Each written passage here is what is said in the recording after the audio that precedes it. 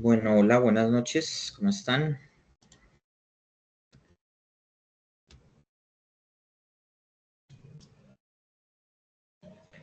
Vamos a dar inicio a nuestra sesión del día de hoy. Em,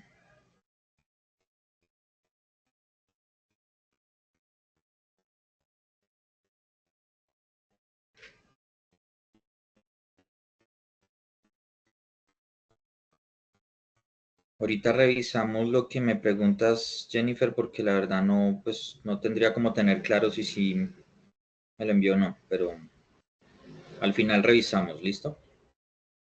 Bueno, buenas noches. Vamos a comenzar nuestra sesión del día de hoy. Vamos a continuar con la actividad de aprendizaje número 3, que corresponde a establecer la importancia de los derechos de los pueblos, de la solidaridad y la paz, de acuerdo con los indicadores del desarrollo humano. En esta semana de trabajo vamos a tener también 4 evidencias para trabajar. Ahorita al final pues les explico cuáles van a ser. En realidad pues para que sean solamente 3, ¿no? Para poderles también como pues evitar realizar tantas evidencias porque pues también sé que ustedes tienen otras cosas que hacer y pues la intención no es saturarlos con tantas evidencias. Hay algunos temas que se relacionan, entonces los podemos como juntar, pero al final cuando esté socializando las evidencias pues les comento. Hoy vamos a trabajar principalmente el tema de los mecanismos internacionales de protección de derechos y los mecanismos constitucionales de protección que también nos brinda, como lo dice pues ese tercer punto, la Constitución Política de Colombia. Socializamos las evidencias, que son 4 para el resultado de aprendizaje, pero pues al final vamos a ver que pues solo vamos a trabajar con 3. Y ya revisaremos pues este tema que me preguntas, pues como información, si hay alguna dificultad con la plataforma, con el cargue de las evidencias y pues miramos el tema de la conformación de los grupos y si hace falta, digamos, como alguna información sobre eso. Al final pues abrimos un espacio de preguntas, conclusiones y cierre, ¿vale? Ese es el contenido de lo que vamos a trabajar el día de hoy. Ya hemos avanzado en los temas de reconocer el derecho al trabajo, ¿cierto? El trabajo como un derecho humano fundamental, entender que dentro de los derechos laborales o dentro del trabajo como derecho humano fundamental, existen unos derechos que llamamos derechos fundamentales en el trabajo, que son 4, los que ya abordamos pues desde la primera sesión de clases, eh, que son el de la abolición del trabajo forzoso, la erradicación del trabajo infantil, la eliminación de cualquier forma de discriminación y la libertad de asociación, libertad sindical y negociación colectiva. Esos son los 4 derechos fundamentales en el trabajo o que a su vez son los principios que promueve la OIT para el mundo laboral. Además de eso, revisamos lo que corresponde al trabajo decente, la diferenciación de este trabajo con el trabajo digno, y dentro de ello reconocimos otros principios que promueve la OIT, pero ya como tal en el mundo del trabajo, sino principios del trabajo decente o pilares del trabajo decente. Ahí reconocimos la existencia de 4 pilares, desagregamos cada uno y le hicimos una valoración crítica a estos pilares, entendiendo que la existencia de estos 4 principios de trabajo decente o pilares no garantizan necesariamente la existencia de un trabajo decente o de un trabajo en condiciones dignas. Por eso es que es necesario reconocer cuando están siendo vulnerados los derechos nuestros como trabajadores y a partir del reconocimiento de la vulneración de nuestros derechos, también reconocer que existen unos mecanismos que nos permiten defenderlos. Entonces, hoy vamos a hablar principalmente sobre esos mecanismos de protección o algunos de esos mecanismos que tenemos para proteger los derechos laborales y también otros derechos más allá de los laborales cuando suceda, ¿no? Cuando sea necesario realizar pues este tipo de protección. Pero previo a ello vamos a ver un par de videos, con lo cual vamos a ejemplificar para terminar, digamos, también de concretar y cerrar ese tema de lo que serían condiciones laborales de vulneración de derechos y lo que ha sido además el trasegar de las luchas del movimiento sindical, de la clase obrera, que nos han permitido conquistar derechos. Es decir, hay una dualidad en la cual encontraremos con un video cómo se ha logrado a partir de la lucha sindical recuperar, conquistar o ganar derechos laborales de los cuales hoy gozamos. Y por el otro lado vemos cómo a pesar de la existencia de esos derechos, a pesar del reconocimiento de los principios que promueve la OIT, de los pilares del trabajo decente, existen desafortunadamente condiciones o situaciones donde se vulneran nuestros derechos laborales. Entonces, el primer video es precisamente sobre este asunto que les acabo de mencionar, un tipo de trabajo que pues no garantiza ningún tipo de condiciones en el mundo laboral.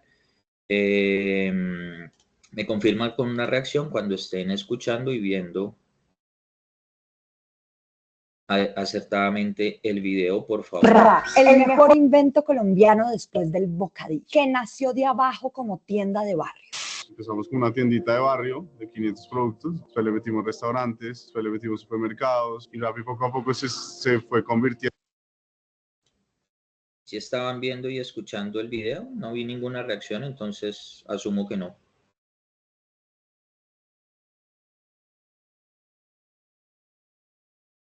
Sí, estaba viendo lo que pasa. Cortado. Listo, ya les reanudo el audio. Gracias. Como en el centro comercial de la ciudad, en tu bolsillo. Exacto. El centro comercial más play, donde puedes comprar el almuerzo, el mercado, sacar plata, comprar el soda, todo desde la cama, debajo de las cobijas y al alcance de un clic. Rappi tiene apenas 6 años y ya conquistó Latinoamérica. Con más de 20 millones de usuarios en la región, es la aplicación de domicilios más usada en el país y el unicornio de esta patria. En el mundo hay 575 compañías de tecnología que ya valen más de $1.000 millones y Rappi es la nuestra. Que suene el himno nacional, porque esto es talento criollo, mis niños. Es que esto es la octava maravilla. El futuro, el presente y todo lo que está bien. Bien mal en explotación laboral. Como ustedes ya nos conocen y somos expertas en aguar fiesta, hoy les vamos a contar por qué mientras ustedes disfrutan de cada descuento de Rappi, de cada regalito, de ser cliente Prime, Super Prime, Extra Prime, Mega Prime, Ultra Super Prime, los rapitenderos están en la mala. ¿Qué digo en la mala? En la inmunda. ¿Qué digo en la inmunda? En la peor. Vamos por partes.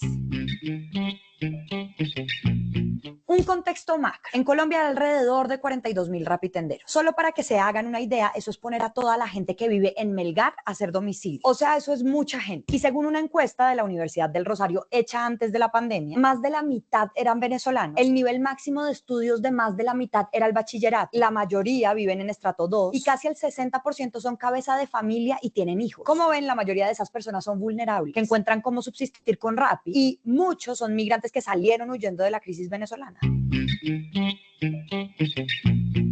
La verdad es que Rappi se raja en el trato a sus empleados, a los que ellos llaman cariñosamente mandatario, emprendedor, repartidor. Todo menos trabajador. Amigos, lo que no se nombra no existe, ¿sabían, no? Y como se toman tan en serio eso del vacío existencial y el anarquismo laboral, pues vemos a rapitenderos desprotegidos, que si tienen un accidente llevando la hamburguesita, que si necesitan ir al médico porque se cayeron de la bici, ¿quién sabe? Que si quedaron incapacitados para manejar la moto porque el guarapazo fue serio. Qué vaina, ¿no? Que quieren cotizar para pensión y no estar trabajando hasta los 105 años. No, ahí sí no sabría qué decirte. No hay empresa con mejores protocolos de lavado de manos que Rappi. Miren los datos duros. De acuerdo al mismo estudio del que les hablamos, más de la mitad de los rapitenderos no estaban afiliados al sistema de salud. Más del 90% no cotizan a pensión. Más del 90% no están afiliados a riesgos laborales. Y eso es muy preocupante porque casi el 37% ha sufrido accidentes de trabajo. Y los más comunes son caídas, cortaduras o atropelladas. Ustedes dirán que bueno, que no es la mitad de la gente ni siquiera, que no es para hacer tanto escándalo, pues. Pero es que si solo un rapitendero se accidenta y no tiene quien lo cubra, eso es gravísimo, porque no le pagan la incapacidad, no lo atienden en ningún centro de salud y muy probablemente se quede sin camello y sin qué llevar a la casa. Es cierto que Rappi les ofrece un seguro a los rapitenderos en caso de accidente, pero la protección de un seguro es limitada. En cambio, si estuvieran con una ARL, eso les cubriría todo lo necesario hasta que se recuperen. Y estos accidentes pueden ser terribles. El año pasado se registraron 3 muertes de rapitenderos, 2 por accidente y 1 por robo. Y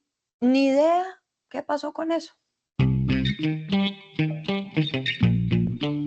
Rappi vuelve al ruedo con antibacterial diciendo que aquí no hay subordinación laboral, porque los domiciliarios son libres como el viento y no tienen horario y pueden rechazar y elegir los pedidos que quieran. No tienen un jefe, lo que ganan es plática extra, que la aplicación es solo un puente que conecta al domiciliario con el consumidor. Mejor dicho, que esto no es trabajo. ¿Cómo decirlo? Esto es un parque de diversiones en el que además puedes quemar calorías.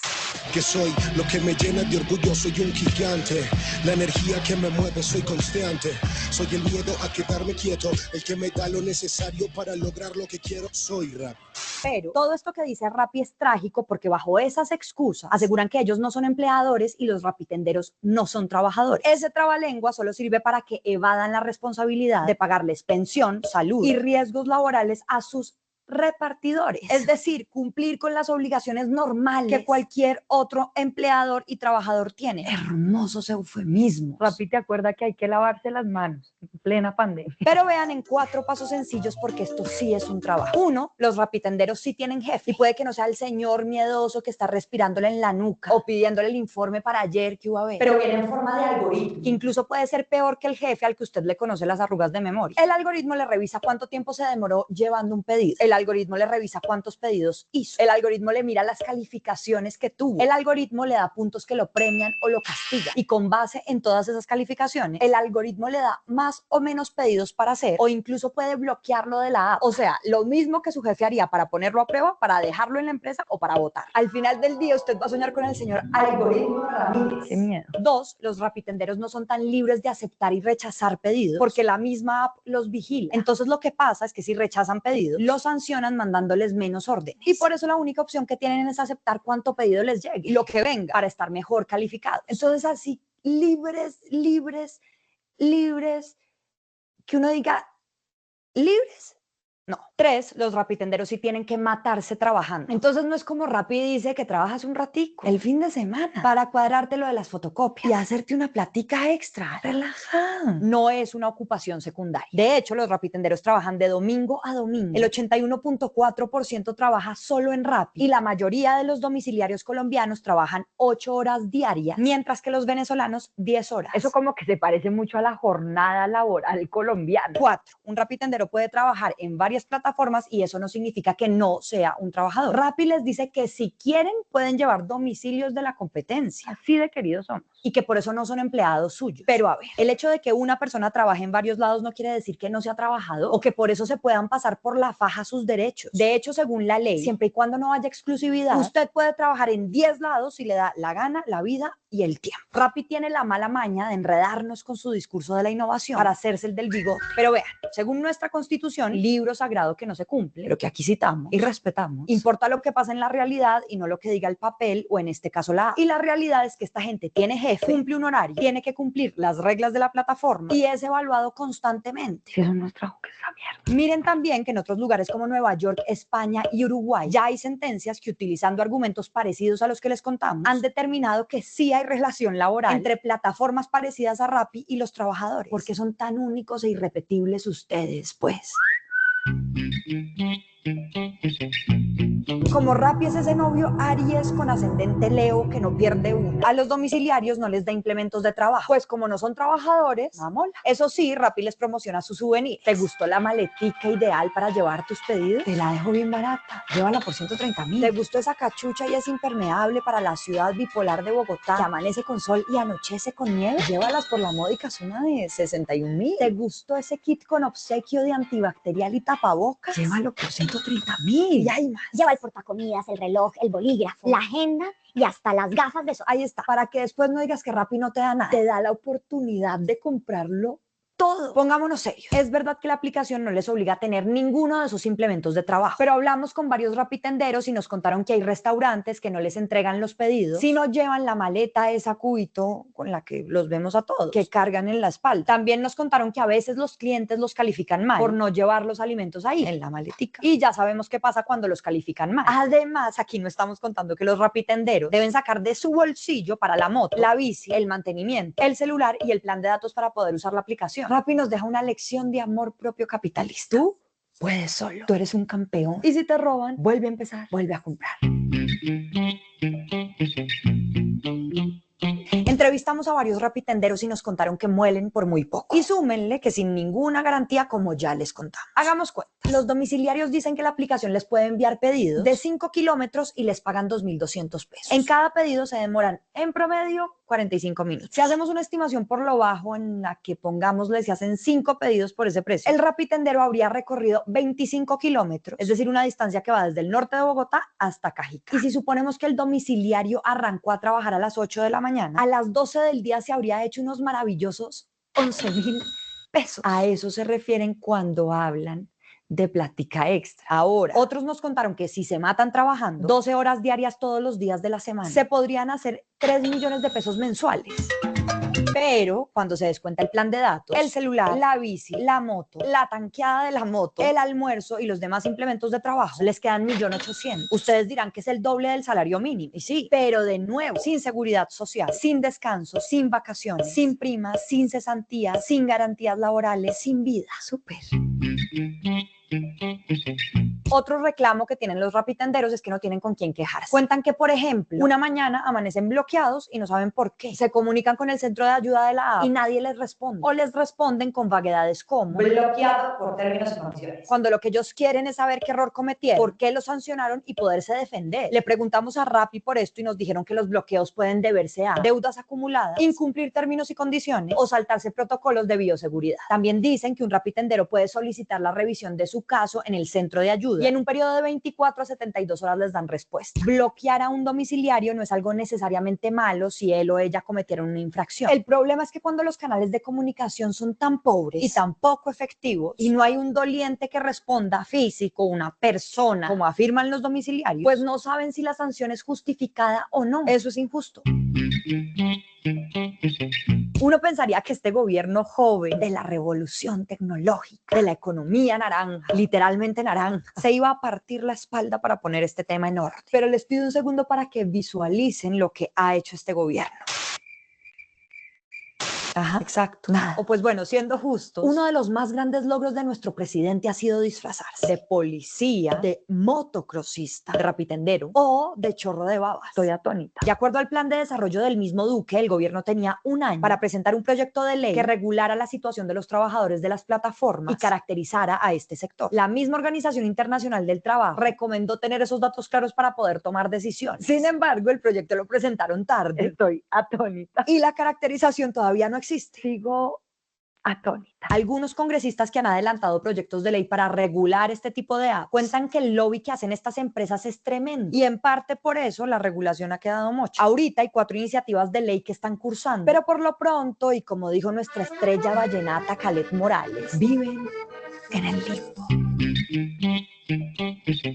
Miren, sabemos que Rappi es un invento de puta madre y no queremos que se acabe. Sabemos que regular esto no es fácil, pero tampoco se trata de ciencia para cohetes. Sabemos que este tipo de aplicaciones le dan ingresos a un montón de gente en tiempos de crisis, que el mundo cada vez más se está moviendo hacia este tipo de economía. Sabemos todo eso y aplaudimos los avances. Y no es cierto que si estamos pidiendo que se protejan los derechos de los trabajadores, nos estamos oponiendo a la tecnología y a las apps. Ese no es el punto. El punto aquí es que necesitamos resolver el futuro del trabajo digno para que los trabajadores que dependen de la tecnología no queden desarropados. No podemos presenciar la revolución tecnológica con leyes del siglo pasado y mucho menos podemos echar atrás con los derechos de la gente, porque lo que vemos hasta ahora es que estas empresas como Rappi hacen lo que se les da la gana, no le responden a sus trabajadores como toca y los dejan a la deriva. Como quien dice, si no te sirve, pues no trabajes aquí. Al final la pregunta es sencilla: ¿no pueden o no quieren hacer ese trabajo un poco mejor? ¿Se van a seguir haciendo los pendejos? Y bueno, oigan, cuéntenos en los comentarios ustedes qué más han visto de Rappi, qué más denuncias saben, no solo de Rappi, sino de otro tipo de plataformas como esta. Queremos insistir en que se regulen este tipo de aplicaciones porque atropellan a los trabajadores y esto no nos lo pagó ninguna otra aplicación, ni la competencia, ni estamos comprados, ni bla, bla, bla, bla. Sencillamente vemos que hay un problema y que hay que resolverlo y hay que discutir. Suscríbanse al canal, compartan este video si les gustó. Nada, abrazos.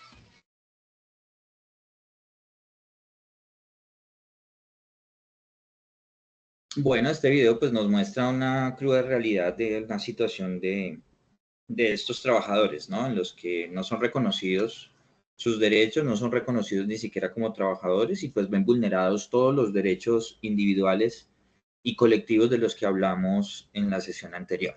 Entonces, este es como el ejemplo de lo que no sería un trabajo decente en Colombia, a pesar de la existencia de esos pilares de los que hablamos y a pesar de la existencia de derechos laborales, entre otros muchos aspectos. Entonces, es el primer como elemento que quería compartirles para poder también como mostrar, digamos, esas dificultades que podemos encontrar en este tipo de trabajos de plataformas digitales o de la uberización que nos hablaban en el video que vimos en la sesión de hace 8 días, en la que la precarización, la tercerización o deslaboralización son cada vez más el común denominador de los ejercicios de contratación o de las posibilidades de puestos de trabajo que encuentran muchos colombianos y colombianas en su búsqueda de empleo, ¿no? Entonces, este es uno de los videos que les quería compartir.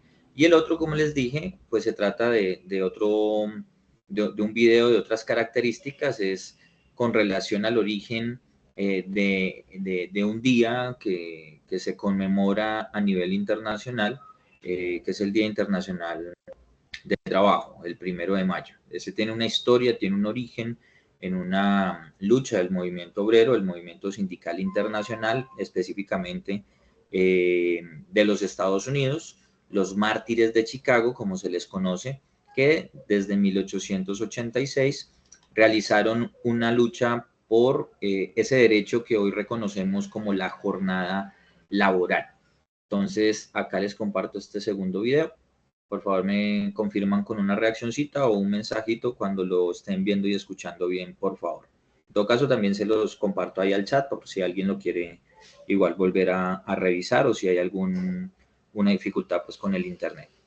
¿Por qué el 1 de mayo es el Día Internacional de los Trabajadores? A fines del siglo XIX, trabajadores de todo el mundo reclamaban la reducción de las horas de trabajo. Imagínate, jornadas laborales de hasta 16 horas por día, de lunes a lunes, hacinados en la fábrica y sin ventilación. Todo por un sueldo miserable. Y encima, como ves, las mujeres y los niños trabajaban a la par que los varones, pero ganaban la mitad. Sí, ya sé, lo mismo que pasa ahora. Los niños eran usados para destrabar las máquinas, porque tenían manos chiquitas que podían meterse en el hueco de las máquinas y así poder arreglarlas. Entonces el patrón no gastaba plata. Así de brutal es el capitalismo.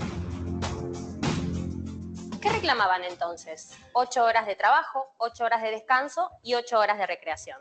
Con esta consigna, el 1 de mayo de 1886, en varios lugares de Estados Unidos, se organizó una gran huelga que juntó a 350.000 trabajadores en la calle. Un hecho histórico para la época. Muchos eran anarquistas y socialistas. En Chicago estuvo la huelga más impactante, porque participaron 40.000 trabajadores con todos los transportes parados y había piquetes por todos lados. Los empresarios bajaron hasta las horas de trabajo para evitar que se sumen al paro unas 45.000 personas más. La policía atacó a balazos las movilizaciones durante ese día y los siguientes. El día 3 mataron a 2 trabajadores en la huelga de la fábrica McCormick, que estaba en conflicto por despidos. Y el cuarto día reprimieron un mitin pacífico. Cuando comenzó a dispersarse, estalló una bomba donde estaban los policías que dejó muertos y heridos. Sin ningún tipo de pruebas, el gobierno acusó a 8 trabajadores, en su mayoría anarquistas, como autores del atentado. El juicio fue una completa farsa, que terminó con la pena de muerte para 5 de ellos, 2 a cadena perpetua y 1 a 15 años de prisión. George Engels, uno de los condenados, dijo unas últimas palabras en su alegato para denunciar la explotación capitalista. Escuchemos un fragmento. No combato individualmente a los capitalistas, combato al sistema que produce sus privilegios. Mi más ardiente deseo es que los trabajadores sepan quiénes son sus enemigos y quiénes son sus amigos. Albert Parsons, otro de los condenados, que fue compañero de Lucy Parsons, un ícono de la lucha de las mujeres, de la clase trabajadora y una verdadera amenaza para el Estado norteamericano. Lucy estaba convencida de que no habían sido asesinados por haber puesto una bomba, sino porque estaban organizando a los esclavos del salario. En 1889, en homenaje a los mártires de Chicago, la Segunda Internacional, que nucleaba partidos y organizaciones obreras de casi todo el mundo, declaró el 1 de mayo como el Día Internacional de los Trabajadores. A partir de ese momento, en muchos países, se adoptó esa fecha como un día internacional de lucha, para los que no se conforman con migajas, sino que aspiran realmente a tener una vida digna. muy distinto al día festivo de descanso que nos quieren vender desde hace décadas los gobiernos, los empresarios y la burocracia sindical. ¿Sabes en dónde no se celebra el Día del Trabajador el 1 de mayo?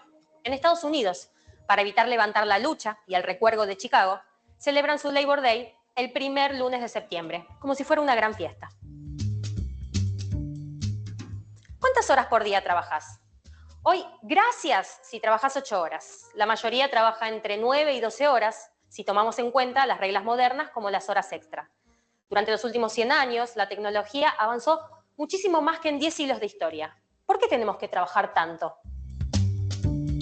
Si todos trabajáramos 6 horas al día, podríamos repartir las horas entre ocupados y desocupados, sobre todo en momentos de crisis, donde siempre los más golpeados somos nosotros. Retomando la tradición de lucha y las banderas de estos trabajadores y trabajadoras, luchamos por una vida que merezca ser vivida, porque nuestras vidas valen muchísimo más que las ganancias de los capitalistas.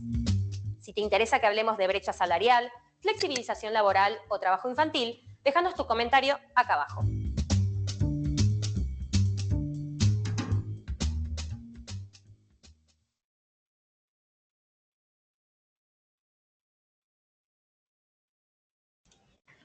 Bueno, por el contrario nos muestra otras condiciones, ¿no?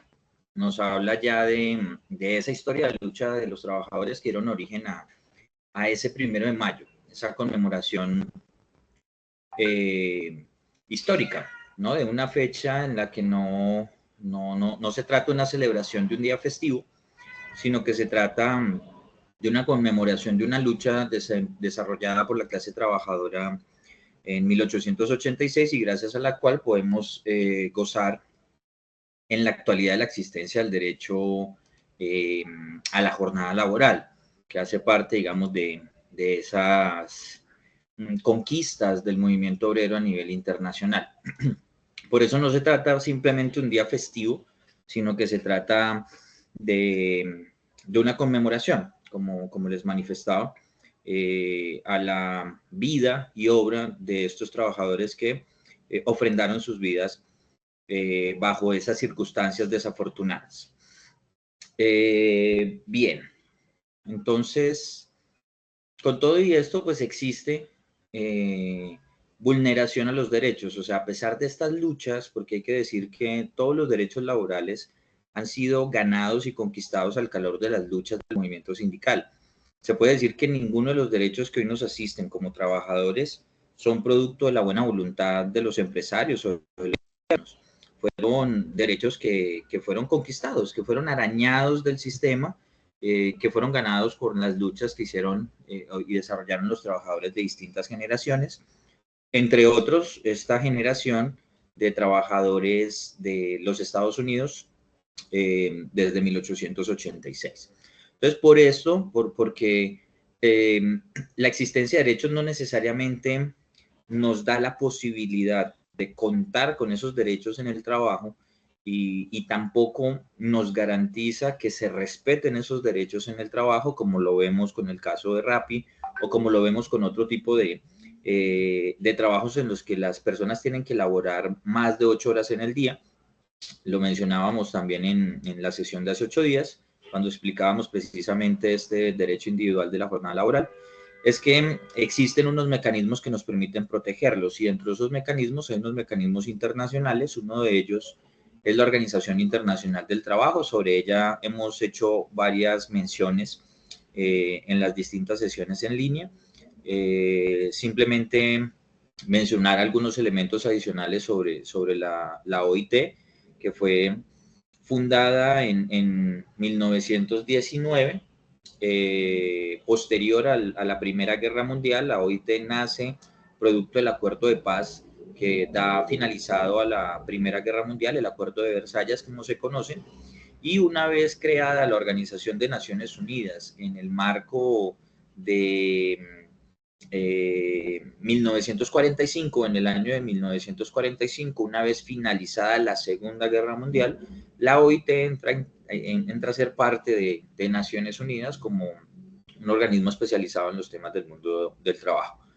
Yo les había ya mencionado que tiene una composición tripartita, eso quiere decir que hay la de delegaciones de los estados que participan de la Asamblea General de la OIT, que es su máxima instancia, que se conoce también como la Conferencia Internacional del Trabajo. Estas delegaciones están conformadas por tres partes. Una parte son los gobiernos, otra parte son los representantes de los empresarios y una tercera parte son los representantes de los trabajadores. Y esos son los que participan pues, de este escenario de Asamblea General, que es la máxima instancia donde se discuten y aprueban los convenios y tratados internacionales en materia laboral en la OIT. Adicional a ello, pues en la declaración que tiene la OIT relativa a los principios y derechos fundamentales en el trabajo, pues encontramos estos convenios. Algunos de estos pues les van a servir a ustedes para la elaboración de las evidencias que están desarrollando, como el tema de libertad sindical, como el tema de la huelga, de negociación colectiva. Algunos otros elementos pues están como incluidos en algunos de estos convenios internacionales.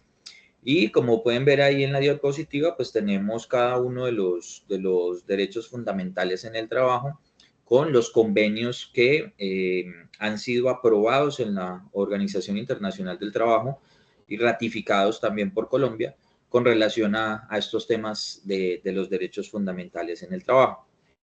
Entonces, sobre la libertad sindical, tenemos en primer lugar el convenio 87. Este nos habla precisamente de eso, de la libertad sindical y la protección del derecho de sindicalizarse. Este convenio sale pues desde 1948.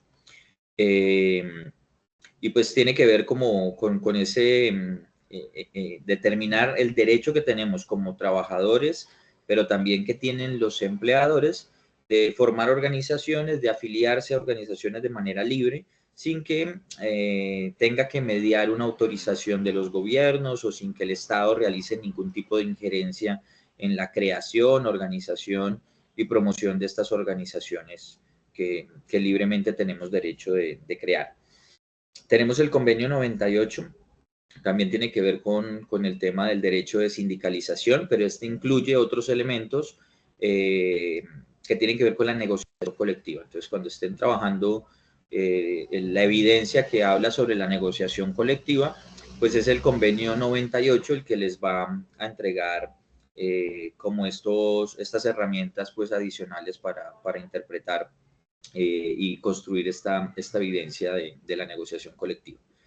Tenemos con relación a la eliminación de todas las formas de trabajo forzoso, está el convenio 29, que exige, digamos, la supresión del trabajo forzoso o del trabajo obligatorio en todas sus manifestaciones. Simplemente tiene dos excepciones, que es el servicio militar, que si bien es obligatorio, el convenio no lo considera como algo forzoso, y el trabajo carcelario, que son todas como estas actividades que desarrollan las personas que están privadas de la libertad, que realizan productos, ¿cierto? Bienes y servicios desde la cárcel, con los cuales se les permiten rebajas de penas y obtener pues como algunos recursos para el sostenimiento de la propia cárcel y otros aspectos. Estos son como trabajos de textiles, de artesanías, de carpintería, entre otros, digamos, trabajos que realizan y que tampoco son considerados como un trabajo forzoso.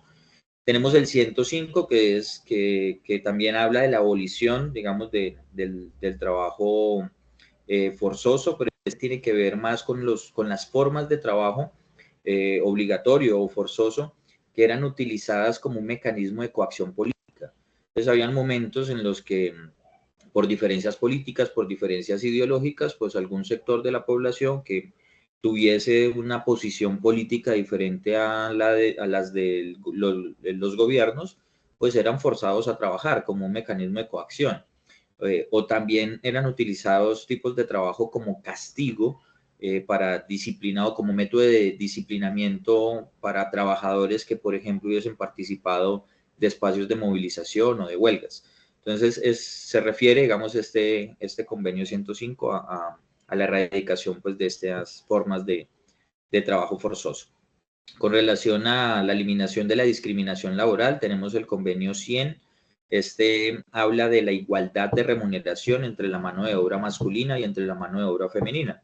Tanto hombres y mujeres, si estamos desarrollando un trabajo equivalente, un trabajo igual, pues debemos gozar del mismo tipo de remuneración, sin que haya discriminación hacia las mujeres por el simple hecho de ser mujeres. Convenio 111 refiere a la eliminación de las otras formas de discriminación por razones de políticas, ideológicas, de sexo, de color, de religión, por su abstracción social, por su nacionalidad, por su edad. Ninguno de esos aspectos debe ser criterio para discriminar a nadie en el acceso o permanencia en un trabajo, en el mundo laboral. Entonces ese convenio, el 111, es el que nos habla de esos temas. Y tenemos, con relación a la erradicación del trabajo infantil, el convenio 138, este es el que nos habla de la edad mínima para entrar a trabajar. En Colombia está estipulada a los 14 años. Un niño de 14 años puede empezar a trabajar siempre y cuando tenga la autorización por parte de su tutor o tutora o representante pues legal, su papá o su mamá. Incluso en las zonas rurales esa edad se empieza a reconocer desde los 12 años, pues que es algo también como complejo, ¿no? De que pues los niños de esa edad deberían estar en el sistema educativo y no en el mercado laboral. El 182 es de las peores formas de trabajo. ¿Esto qué son? Que pueden ser con relación al trabajo infantil, ¿no? Trabajos análogos a la esclavitud, ¿sí? Que pueden ser formas o prácticas parecidas o similares a la esclavitud, como la venta y tráfico de niños, como la condición de servidumbre de los niños, como el reclutamiento forzado para fuerzas militares, como la prostitución, entre otros, digamos, peores formas que suceden incluso en la actualidad en nuestro país. Encontramos pues a niños trabajando en distintos sectores pues económicos, pero lo que es peor es que encontramos redes de traficantes de niños, niñas y adolescentes. Incluso hay ciudadanos gringos, norteamericanos, que llegan a nuestro país, a Medellín, por ejemplo, a abusar pues de niños y niñas sin que exista todavía la mayor cantidad de ejercicios por parte de las autoridades para evitar que este tipo de cosas sucedan, cosa que me parece pues bastante difícil y que en Medellín se habla del tema como si fuera algo natural, o sea, se ha normalizado tanto la situación que hasta se hacen chistes sobre estas situaciones y no hay como mayores esfuerzos por parte de las autoridades, reitero, para poder que esta condición cambie. Varios de estos degenerados pues han sido aprendidos por la policía, han sido capturados, pero todavía las redes, digamos, funcionan. Incluso hay una película reciente, no sé si salió a inicios de este año o finales del año pasado, se llama Voces del Silencio, se las recomiendo mucho que la puedan ver. Es una el director es Mel Gibson y el actor, el protagonista, es el mismo actor que hizo La Pasión de Cristo. Y habla de una historia de la vida real en el que se relatan situaciones de trata de personas, específicamente de abuso de menores de edad. Y es una historia de la vida real que tiene parte de su desenlace en Colombia. Sucedió pues en Cartagena. Yo no sé si ustedes vieron en alguna ocasión una noticia de una reina donde capturaron a un poco de gente en una isla y en esa isla habían varios niños que estaban siendo sometidos pues a este tipo de tratos. La película habla de eso y tiene un mensaje bastante crudo, pero muy importante que lo podamos reflexionar como sociedades para pues hacer los mayores esfuerzos para que este tipo de cosas pues como tal no se repitan. Tenemos otro de los mecanismos de protección internacional, que es el Sistema Interamericano de Derechos Humanos. Este sistema tiene dos organismos, la Comisión Interamericana de Derechos Humanos y la Corte Interamericana de Derechos Humanos.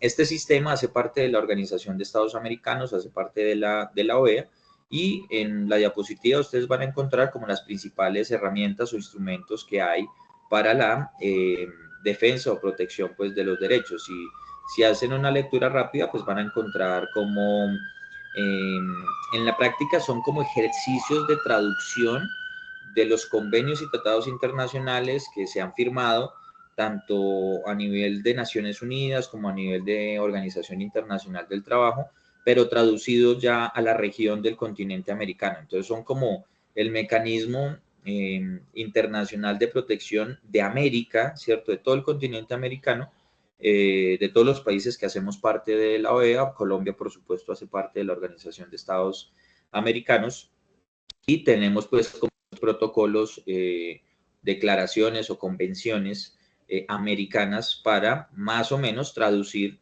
esos convenios internacionales o tratados internacionales de todo el mundo a nuestra realidad pues como América. Este sistema, digamos que tiene dos, como les decía al inicio, dos organismos importantes. Uno es la Comisión Interamericana y la otra es la Corte Interamericana de Derechos Humanos. La comisión pues realiza los procesos de investigación cuando se presenta una vulneración de derechos para algún ciudadano de cualquier tipo de derechos, incluyendo los laborales. Se puede presentar las diferentes quejas ante la comisión. La comisión pues se encarga como de revisar el caso, hacer la investigación respectiva y emite unas recomendaciones. Esas recomendaciones están orientadas a, en primer lugar, restablecer el derecho que haya sido vulnerado, y en segundo lugar a reparar el daño cuando sea posible reparar el daño. Entonces es un ejemplo de cómo funciona la comisión. Sucedió con el entonces alcalde mayor de la ciudad de Bogotá, Gustavo Petro. Siendo alcalde, ustedes recuerdan que fue destituido por el procurador Alejandro Ordóñez. En ese proceso de destitución, Petro presentó sus quejas ante el sistema interamericano, y la comisión realizó la investigación y en efecto encontró que sus derechos civiles y políticos habían sido vulnerados, habían sido violados sus derechos, y por lo tanto recomendó y mandató dentro de sus recomendaciones dos cuestiones muy concretas. La primera era el restablecimiento del derecho, es decir, restituirlo como alcalde, y la segunda era reparar el daño. Dentro de la reparación, él tenía derecho a una reparación económica, que el Estado colombiano lo indemnizara por haberle vulnerado sus derechos civiles y políticos. Él no accedió a la reparación económica, no la hizo efectiva nunca, pues no cobró el dinero a que tenía derecho por habérsele vulnerado sus derechos, pero efectivamente fue restituido en su cargo y culminó su periodo como alcalde mayor de la ciudad de Bogotá. Y otro ejemplo ya de cómo funciona la Corte, que es el otro mecanismo que tiene este sistema, ya son como en los casos más graves, ¿no? La Corte ya entra a operar en materia de emitir sentencias, ¿sí? Sentencias cuando hay vulneración como tal de derechos. Entonces lo que hace incluso la comisión, cuando encuentra que hay un caso demasiado grave, la misma comisión tiene la facultad de trasladarle el caso a la Corte Interamericana de Derechos Humanos para que ésta pues emita los fallos y sentencias correspondientes a lo que dé lugar, digamos, el procedimiento en justicia. Y un ejemplo de cómo ha funcionado pues la Corte en Colombia es con un caso pues tristemente célebre y muy lamentable de la historia política de nuestro país, y es un exterminio, un genocidio político extendido y continuado en contra de un partido político que se llama la Unión Patriótica. La Unión Patriótica es un partido que surgió en los años 80 del siglo XX de un proceso de paz, y hubo planes desarrollados por agentes del Estado y por organizaciones paramilitares orientadas a asesinar a sus militantes. O sea, así de descarnado pues se los cuento. Más de 5.000 integrantes de ese partido político fueron asesinados durante esos años, finales de los 80s y hasta inicios de los 2000. Todavía estaban asesinando pues a integrantes de este partido político. Entonces, ¿qué hizo la Corte? Realizó, digamos, todas las investigaciones correspondientes, recopilaron los casos y en derecho sentenciaron que el Estado colombiano efectivamente fue hallado culpable porque se encontraron los planes, se desclasificaron los archivos en los que efectivamente agentes del Estado habían realizado esos planes para erradicar físicamente pues, a los integrantes de este partido político. Por ahí salieron asesinados candidatos presidenciales, congresistas, diputados, alcaldes, gobernadores, entre muchos otros integrantes pues, de base de esta organización. Entonces, ese es otro ejemplo cómo la Corte, digamos, actúa o el sistema actúa ante violación o vulneración de derechos como tal. Y adicionalmente, dentro de nuestra Constitución, dentro de nuestra propia legislación, pues tenemos herramientas que nos permiten defender los derechos y dentro de ello, pues lo primero que podemos encontrar, pues indudablemente son cómo podemos reconocer los derechos laborales dentro de la Constitución política.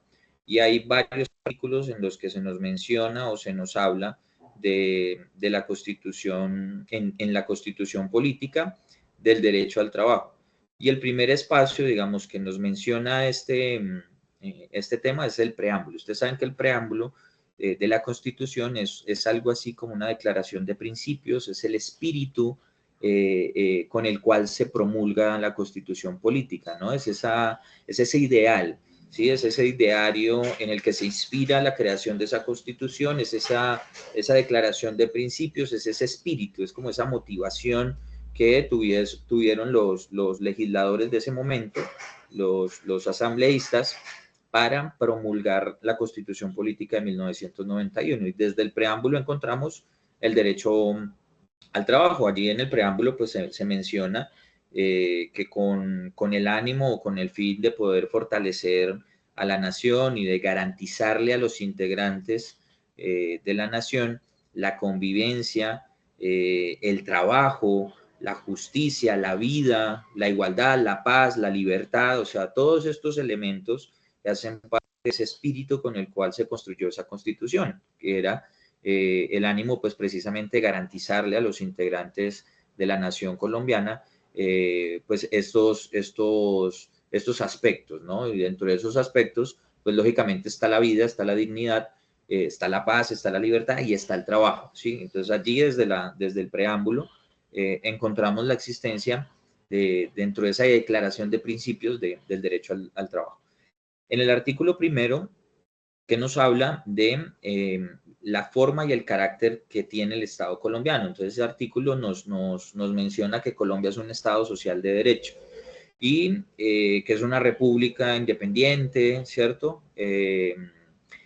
Con descentralización de sus entes territoriales, pluralista, democrática y todo, dentro de todo ese carácter, Colombia como Estado social de derecho está fundada en poder garantizarle el respeto, ¿cierto? Está fundada en el respeto por la dignidad humana, por el trabajo, la convivencia, la solidaridad de las personas que hacemos parte de este Estado social de derecho que se llama Colombia. Entonces allí también en esa forma y carácter que asume el Estado como Estado social de derecho se encuentra también estipulado que Colombia está fundada en el respeto, entre otros aspectos, por la dignidad humana, que es de lo que hemos hablado desde el inicio, y el respeto al trabajo, ¿sí? El respeto al trabajo de quienes hacemos parte de esta nación.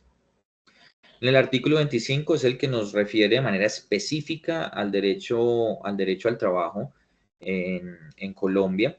Este artículo pues, nos dice que toda persona tiene derecho al trabajo, pero que ese trabajo debe tener unas condiciones. Y esas condiciones son dos adjetivos, que el trabajo debe ser digno y justo. Por eso encontramos que hay trabajos como los del video de Rappi, pues que no son ni dignos ni son justos. Es decir, no es la materialización del derecho al trabajo que nos dice la Constitución política, sino que hay que todavía insistir en la necesidad de poder encontrar mejores condiciones en el mundo del trabajo para garantizar que sean condiciones de dignidad y condiciones de justicia. Tenemos el artículo 26 que nos habla de la libertad de profesiones y oficios. Este artículo pues se relaciona con ello, ¿no? Con las profesiones que cada uno de nosotros escoge en libertad. Quiere esto decir que ustedes escogieron esta es que la tecnología de desarrollo de colecciones para la industria de la moda, ¿cierto? Entonces ustedes decidieron escoger esta tecnología de manera libre, o sea, el Estado no les dijo a ustedes que debían estudiar esto, ni que tenían que asumir X o Y rol en la sociedad, no, cada uno de nosotros definió estudiar lo que quiso estudiar y eso a su vez, esa profesión, ese oficio que escoge es lo que vamos a desempeñar profesional y laboralmente cuando estemos vinculados al mercado laboral. Algunas y algunos de ustedes ya se encuentran desarrollando, desempeñando actividades que tienen que ver con la profesión pues, que decidieron libremente estudiar. Tenemos el artículo 39, que es el que nos habla del derecho de asociación. Ese es el que materializa esa libertad sindical, ¿cierto? El derecho que tenemos de constituir de manera libre organizaciones, sindicatos, sin que haya ningún tipo de injerencia del Estado. Entonces, ese derecho, pues, nos lo garantiza el artículo 39 y está estipulado tanto para trabajadores como para empleadores. Mirámoslo así, como la traducción a la Constitución colombiana de los convenios 87 y 98 de la OIT que mencionábamos hace un momento, ¿no? Esos que nos hablaban de la libertad sindical y estos elementos. En Colombia se materializa en este artículo que es el artículo 39 del derecho de asociación. Tenemos el artículo 53, que es el Estatuto del Trabajo. Acá lo que se mandata, o lo que mandata la Constitución es a que el Congreso de la República tiene que legislar un Estatuto del Trabajo, una ley estatutaria, ¿sí? Que es diferente a las leyes ordinarias. Las leyes ordinarias en Colombia se aprueban sobre la base de 4 debates. Un debate en la comisión de la Cámara de Representantes, un segundo debate en la plenaria de la Cámara de Representantes, y ahí pasa al Senado a tener los otros 2 debates. El tercer debate lo tiene en la comisión del Senado y el cuarto y último debate lo tienen en la plenaria del Senado. Si surte todo ese procedimiento, una ley ordinaria se vuelve, o un proyecto de ley, se vuelve ley de la República, ¿sí? Pero las leyes estatutarias tienen el doble porque son leyes marco. O sea, a partir de esa ley marco se crean otras leyes que entran a reglamentar esa ley estatutaria o esa ley marco. Entonces, al tener, digamos, esa importancia o ese nivel, ese grado, una ley estatutaria se aprueba en 8 debates. Se necesita el doble de debates. Eso implica 2 años en la práctica de discusión para poder aprobar una ley estatutaria. Hay que decir que en Colombia se ha presentado en varias oportunidades. La actual ministra, por ejemplo, del Trabajo, cuando era senadora de la República, presentó por lo menos en 3 oportunidades proyectos de ley de estatuto del trabajo. Y en todas las ocasiones, las mayorías del Congreso de esas épocas archivaban el proyecto. No les interesaba discutir eso y lo archivaban. Y entre otras cosas, ¿por qué no les interesaba discutir, digamos, estos temas del Estatuto del Trabajo? Porque el Estatuto lo que busca es regular las relaciones que existen entre capital y trabajo, es decir, entre empresarios y trabajadores, regular las relaciones laborales, ¿sí? Y ya entendemos, ya sabemos que las relaciones laborales no están basadas en un criterio de equilibrio, sino que están basados en un criterio de subordinación, que existe conflicto en las relaciones laborales, que estos conflictos pues generan dificultades en el desarrollo, etcétera, etcétera. Entonces, el Estatuto del Trabajo nos plantea la posibilidad de contar con unos principios sobre la base de los cuales deberían regularse esas relaciones laborales, ¿sí? Y esos principios pues tienen beneficios para los trabajadores, ¿sí? Ahora bien, esos principios no son pues como nada del otro mundo, o sea, son simplemente los elementos que Colombia ha firmado con los tratados de la OIT y que ha ratificado además en nuestro país de esos convenios de la Organización Internacional del Trabajo. No es nada diferente a eso, en realidad. No es el socialismo, no es que los trabajadores vamos a dejar de trabajar, nada de esas cosas. Es simplemente lo que Colombia ha firmado y ratificado de los convenios internacionales de la OIT. No es nada, digamos, diferente Diferente a ellos, los principios de los que nos habla este artículo 53, sobre la base de los cuales debería tenerse en cuenta para poder legislar ese estatuto del trabajo, ¿no? La ley que regule las relaciones laborales debería tener como mínimo esos principios, contener como mínimo esos principios. Algunos de esos principios, ¿cuáles son? La igualdad de oportunidades para los trabajadores. ¿Eso a qué les suena? Eso les suena a la no discriminación. Es un principio que garantiza que no haya discriminación en el mundo del trabajo. Simple, ¿sí? Uno de los convenios que mencionamos hace un rato, ¿sí? De la OIT, de los convenios internacionales. Si todos tenemos igualdad de oportunidades, quiere decir que no hay discriminación, porque todos tenemos la misma posibilidad de acceder y permanecer en un trabajo, ¿sí? Otro de los principios es el del salario mínimo, ¿sí? Una remuneración mínima, vital y móvil. Eso tiene tres componentes: mínima, vital y móvil. ¿Qué quiere decir mínima? Que es apenas, o sea, que nadie podría ganar menos de eso, ¿sí? El adjetivo mínimo de la remuneración es que nadie debería ganarse menos de ese mínimo, ¿sí? ¿Por qué? Porque ese mínimo tiene otro adjetivo, esa remuneración tiene un segundo adjetivo, y es que es vital. Es lo mínimo que necesito para vivir, por eso se llama mínimo vital, ¿sí? Debería tener una familia colombiana o un trabajador colombiano para poder sobrevivir.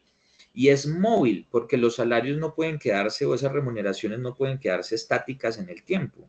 Estas remuneraciones deben tener ajustes sobre la base de las dinámicas y cambios que desde las variables macro y microeconómicas afectan la capacidad adquisitiva de los trabajadores. Por ejemplo, la inflación. Sí, la inflación es uno de los fenómenos que hace que perdamos capacidad adquisitiva, que con 1 millón de pesos anteriormente comprábamos una cantidad de productos, bienes y servicios, pero hoy con ese mismo 1 millón de pesos compramos muchos menos productos, bienes y servicios, precisamente por la inflación, porque la inflación ha contribuido a la pérdida de la capacidad adquisitiva, a la elevación de precios de los productos, bienes y servicios, y esos son variables que se deben tener en cuenta a la hora de reconocer la movilidad, ese tercer adjetivo de la remuneración, que sería mínima, vital y móvil, como lo plantea, digamos, el artículo 53 de la Constitución Política. Por eso es que pues tenemos salario mínimo en Colombia, aunque el mínimo colombiano no garantiza la totalidad de la canasta familiar. Ahorita mismo no les tengo el dato de cuánto es, pero creo que el conjunto de la canasta familiar está en alrededor de 2.5 salarios mínimos. O sea, el precio estándar de la canasta familiar colombiana para que una familia viva en condiciones, digamos, de dignidad, ¿cierto? De tener lo básico, lo mínimo para sobrevivir, es con poco más de 2 salarios mínimos, ¿sí? Ese debería ser el mínimo en Colombia, no el salario mínimo actual, que igual sigue siendo pues bajo para las condiciones en las que vivimos en nuestro país. Otro de los principios es lo que les mencionaba, y también el video de Rappi lo decía, que es el contrato realidad. ¿Se acuerda que les mencionaba que hay una primacía de la realidad sobre las formalidades?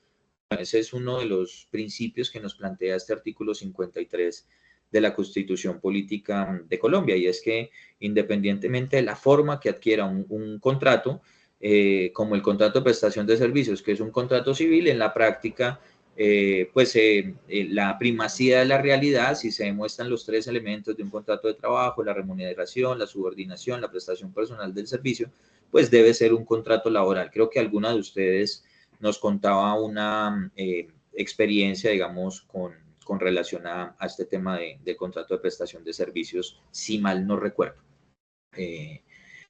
Otro de los principios es el de la irrenunciabilidad de derechos, ¿sí? La irrenunciabilidad a los derechos. Es decir, que yo tengo, si yo tengo ya derechos adquiridos, yo no puedo renunciar a esos derechos. O sea, no tiene lógica renunciar a un derecho. Eso es como que yo tenga derecho a las vacaciones y yo renuncio a mis vacaciones. No se puede, ¿sí? El principio de la Constitución nos dice que hay una irrenunciabilidad a los beneficios y derechos que ya hemos adquirido en nuestra vida como ciudadanos y ciudadanas, ¿sí? Entonces, incluso han habido en Colombia ejemplos en los que multinacionales de grandes superficies, un almacén de cadena que probablemente algunos de ustedes recuerden, que operó en Colombia hace varios años, que se llamaba Carrefour, o se llama porque pues sigue existiendo, solo que ya no funciona en Colombia.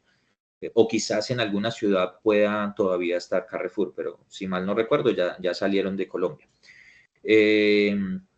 Carrefour, para vincular a sus trabajadores, por lo menos en la ciudad de Ibagué, les hacía firmar una carta donde los trabajadores renunciaban a sindicalizarse. Entonces ya el derecho de sindicalización lo contempla el artículo 39, que es el derecho a asociación, ¿no? El artículo 39 de la Constitución. Así tú firmes una carta donde tu patrón te obliga a firmarla, que dices que estás renunciando a sindicalizarte, pues eso, además de ser ilegal, es algo a lo que no puedes renunciar porque ya es tu derecho. A eso se refiere, digamos, ese principio de irrenunciabilidad, pues como a los beneficios ya adquiridos. Otro de los principios es que cuando hayan situaciones en los que haya interpretación o interpretaciones diferentes de una norma y esas interpretaciones pueden afectar negativa o positivamente a un trabajador, siempre se asume la posición más beneficiosa para el trabajador, ¿sí? Si hay como posibilidad de interpretación o no hay claridad, hay duda en la aplicación de una norma, siempre se va a acoger por principio la interpretación que favorezca más al trabajador. Y bueno, otros principios como el tema de la educación, el adiestramiento, la capacitación laboral, la garantía de seguridad social, del descanso necesario, protección especial para la mujer, para los jóvenes o menores de edad. Todos estos son como aspectos o principios que contiene la Constitución Política de Colombia en este artículo 53, sobre la base del cual debería legislarse, digamos, ese estatuto del trabajo, ¿sí? Ese estatuto del trabajo. Tenemos el artículo 56, que es el que nos habla de la negociación colectiva. Ustedes están haciendo una evidencia sobre la negociación colectiva y sobre el derecho a la huelga, que son los artículos 55 y 56. Entonces, sobre esos, pues no me voy a referir porque pues hace parte de la investigación que ustedes están trabajando. Ahí ya les boto la chiva de dónde encuentran en la Constitución parte, digamos, de la tarea a quienes no la han entregado, pero desde luego que hay más elementos jurídicos, ¿cierto? Normatividad sobre ambos derechos, sobre negociación colectiva y sobre el derecho a la huelga. Simplemente referenciar que el derecho a la huelga no es un capricho, no es algo que los trabajadores hacen porque sí, tiene unas condiciones establecidas en Colombia. Dentro de esas condiciones está que es como el último recurso, ¿sí? Hay unos mecanismos que se tienen establecidos para que cuando exista un conflicto laboral se desarrolle un proceso de negociación colectiva y en caso de no llegar a acuerdo, lo que se busca en una negociación colectiva, ya lo vimos, es establecer acuerdos, llegar a compromisos, pero hay momentos en los que las partes no se dieron, no pudieron colocarse de acuerdo y ya en ese momento en el que se han agotado las otras vías de arreglo directo, la etapa de la negociación colectiva, la prórroga, es cuando puede entrar a operar el derecho a la huelga, previo cumplimiento también de otros aspectos. Entonces ahí les menciono como parte de estos elementos para que lo tengan también en la elaboración de su infografía, que es la infografía sobre el derecho a la huelga. Y finalmente tenemos el artículo 93, que es el de los convenios y tratados internacionales. Lo que nos plantea es que esos convenios o tratados que han sido firmados por Colombia y ratificados por Colombia entran a ser parte del bloque de constitucionalidad. Es como si fueran parte de la constitución política, solo que no están redactados como tal en un artículo, pero este artículo 93 pues permite que esos convenios hagan parte de ese bloque de constitucionalidad en nuestro país. Bueno, esos son como los aspectos en donde encontramos derechos laborales en la Constitución Política de Colombia. Pero además contamos con unas herramientas como la organización de la jurisdicción del trabajo en Colombia, a donde podemos presentar pues como tal nuestras querellas, nuestras demandas, nuestras quejas, etcétera, etcétera, ¿no? Entonces la jurisdicción, pues ustedes saben que la rama judicial se distribuye en 3 grandes cortes que son las encargadas de asumir en cada una de sus ramas distintas competencias. Tenemos la jurisdicción constitucional, donde está la Corte Constitucional, que revisa todos los aspectos que vayan en contra de los derechos que están contemplados en la Constitución. O sea, si hay algún pleito, una tutela o algún un elemento que afecte la Constitución, el bloque de constitucionalidad, los derechos fundamentales o vaya en contravía de la Constitución como tal, es la Corte Constitucional, digamos, quien asume la revisión de este tipo de casos, de tutelas específicamente. La jurisdicción ordinaria es cuando se presentan en la empresa privada, ¿sí? Son como todos los conflictos laborales que se tramitan en los estrados judiciales que tienen que ver con la empresa privada, o sea, cualquier trabajador de empresa privada. Entonces, todos los municipios sí o sí tienen un juzgado de circuito en lo civil. Todos los municipios sí o sí tienen un juzgado de circuito en lo civil. Hay algunos otros que probablemente no tengan el circuito en lo laboral porque son muy pequeños quizás los municipios, ¿sí? Pero siempre van a haber juzgados de circuito en lo civil. Entonces, en los municipios en los que no hay juzgado de circuito en lo laboral y sí hay siempre el circuito en lo civil, pues acá es donde se presenta, en cualquiera de estos dos, es la primera instancia. Ahí es donde llega el primer momento, el primer fallo, que se emite es por uno de estos juzgados. Esa es la primera instancia en este tipo de pleitos, ¿no? La segunda instancia es un tribunal superior de distrito. Su sala laboral es quien define la segunda instancia, cuando hay recurso de reposición o subsidiario de apelación. Entonces, estas llegan a una segunda revisión y esa revisión se hace en estos tribunales. Esa es la segunda instancia. Y la instancia máxima de la jurisdicción ordinaria es la Corte Suprema de Justicia. La Corte se distribuye o se divide en 3 salas, una sala de lo civil, una sala de lo penal y una sala laboral. Entonces, la sala laboral, la sala de casación laboral es quien se encarga de la revisión de los recursos de casación, que es como un último recurso que hay en el procedimiento jurídico y de revisión de laudos arbitrales. Entonces, este tipo de recursos llegan hasta la Corte Suprema de Justicia y es quien revisa pues estos recursos dentro de la jurisdicción ordinaria. Y la jurisdicción de lo contencioso administrativo es igual a la ordinaria, solo que estos se desarrolla con empleados públicos. Esto es para trabajadores de carrera administrativa, para los funcionarios que hacen parte de entidades del Estado. Entonces tienen los juzgados administrativos como primera instancia, la segunda instancia los tribunales administrativos y la tercera y máxima instancia de esta jurisdicción es el Consejo de Estado. Y finalmente, pues contamos con estos mecanismos constitucionales de protección que nos arroja la Constitución Política y que nos permiten poder contar con estos mecanismos y estas herramientas para defender nuestros derechos cuando estén siendo vulnerados, además de todo lo anterior pues que he mencionado, ¿no? Entonces, ¿cuáles son algunos de estos mecanismos? El derecho de petición, que está amparado en el artículo 23 de la Constitución Política y en los artículos 5 al 25 del Código Contencioso Administrativo. Este es un derecho fundamental, hace parte de los derechos fundamentales y consiste en esa facultad que tiene cualquier persona de poder presentar peticiones respetuosas a las autoridades públicas, ¿sí? Y esas autoridades o esas peticiones se dan más bien por cuestiones de interés particular o cuestiones de interés general con la intención de poder obtener una respuesta que sea pronta, ¿no? Porque hay unos términos establecidos para que le contesten a uno un derecho de petición.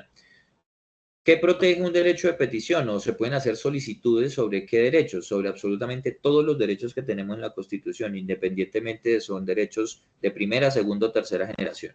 Todos los derechos que están contemplados en nuestra Constitución pueden ser protegidos por un derecho de petición, digamos. Las peticiones las podemos hacer hablando de cualquiera de estos derechos.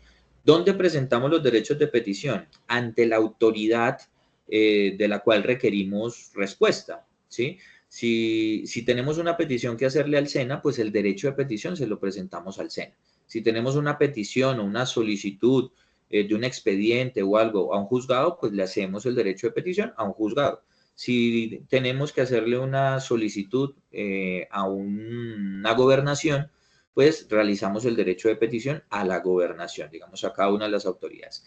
También puede ser presentado a particulares cuando los particulares están desarrollando funciones de servicio público y tiene un término de respuesta. Ese término es de 15 días, habitualmente es de 15 días, pero puede ser de 10 o 30 días dependiendo del tipo de solicitud. Si es una solicitud, por ejemplo, de fotocopias de algún documento, de algún expediente, pues las fotocopias no requieren mayor trabajo intelectual y se desarrolla o se debe contestar en 10 días. O si por el contrario la solicitud que estás haciendo es de un concepto jurídico, el concepto sí requiere un grado mayor de trabajo intelectual, de revisión de jurisprudencia, de revisión de sentencias, etcétera, etcétera. Y en esos casos pues se amplía la respuesta hasta 30 días cuando se trata de conceptos jurídicos. Tenemos también la acción de tutela que está amparada en el artículo 86 de la Constitución. Allí es la posibilidad también que tenemos de reclamar una protección inmediata de nuestros derechos fundamentales cuando estén en inminente riesgo, ¿sí? O cuando estén siendo vulnerados, porque se trata de una protección de manera inmediata, tutelar protección de mi derecho fundamental cuando estén siendo vulnerados por autoridades públicas o también por particulares que estén realizando actividades o cuestiones de servicio público que afecten como tal mis derechos fundamentales. ¿Qué protege? Protege los derechos fundamentales, pero también protege otro tipo de derechos por conexidad. ¿Qué es eso de la conexidad? La conexidad es que hay conexión, ¿sí? Hay conexión entre un derecho que sin ser fundamental sí se conecta con un derecho fundamental que puede ser afectado si no resuelvo, digamos, si no se me tutela esta otra condición. Entonces, un ejemplo de eso muy concreto es el derecho a la salud. Siendo un derecho económico, social y cultural, uno de los DESC, de los derechos de segunda generación, el derecho a la salud, sin ser un derecho fundamental, las personas pues han accedido, digamos, a la acción de tutela como mecanismo para poder proteger su derecho a la salud. Sin embargo, la acción de tutela aplica en esos casos es porque el derecho, cuando se afecta el derecho a la salud, hay una conexión con un derecho fundamental que se pone en riesgo. ¿Cuál creen ustedes que se pone en riesgo? Si, por ejemplo, la EPC no me dio el tratamiento médico, si no me hace la operación que yo necesito, si no me entrega los medicamentos, si no me realiza los exámenes médicos para saber qué tengo yo, es decir, me vulnera mi derecho a la salud, ¿cuál derecho diferente a la salud es el que se conecta con el derecho a la salud que puede estar siendo afectado siendo un derecho fundamental? ¿Cuál consideran ustedes que se pone en riesgo?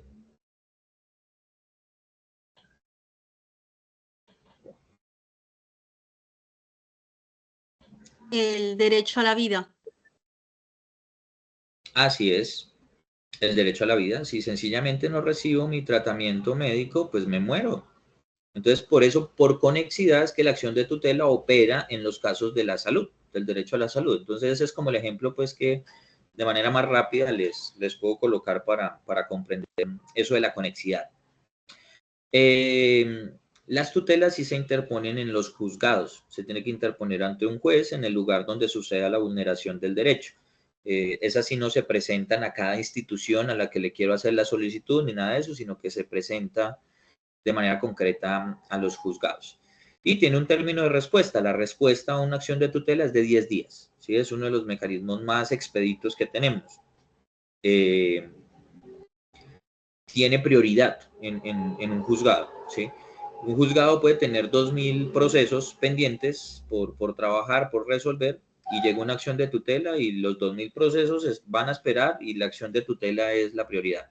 Solo hay un recurso que tiene mayor prioridad en el caso de los juzgados y es el habeas corpus, el recurso de habeas corpus, porque este tiene que ver o está relacionado con la libertad.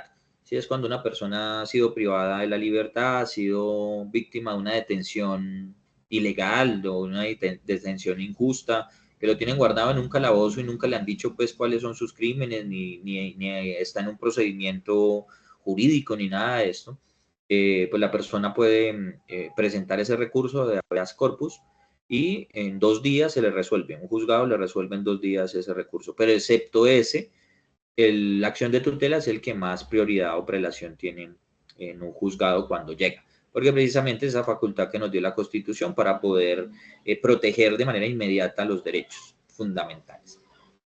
Tenemos además la acción de cumplimiento. Esto es cuando una autoridad que estaba en la obligación de cumplir con alguna norma, con alguna decisión, con alguna ley y no lo hace, es decir, hay negligencia, pues podemos demandarlo a través de una acción de cumplimiento. Lo podemos hacer a nombre personal o a nombre de otra persona.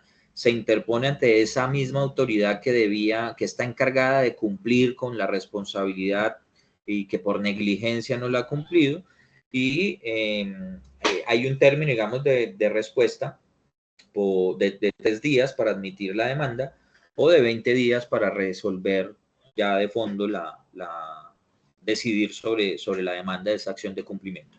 Entonces es un mecanismo que también nos da la Constitución para que cuando alguna autoridad pública o algún particular que esté ejerciendo funciones de servicio público incumple una norma, incumple una ley, sea negligente, omita el cumplimiento, pues podemos realizar esta acción para que efectivamente cumpla con lo que debe cumplir.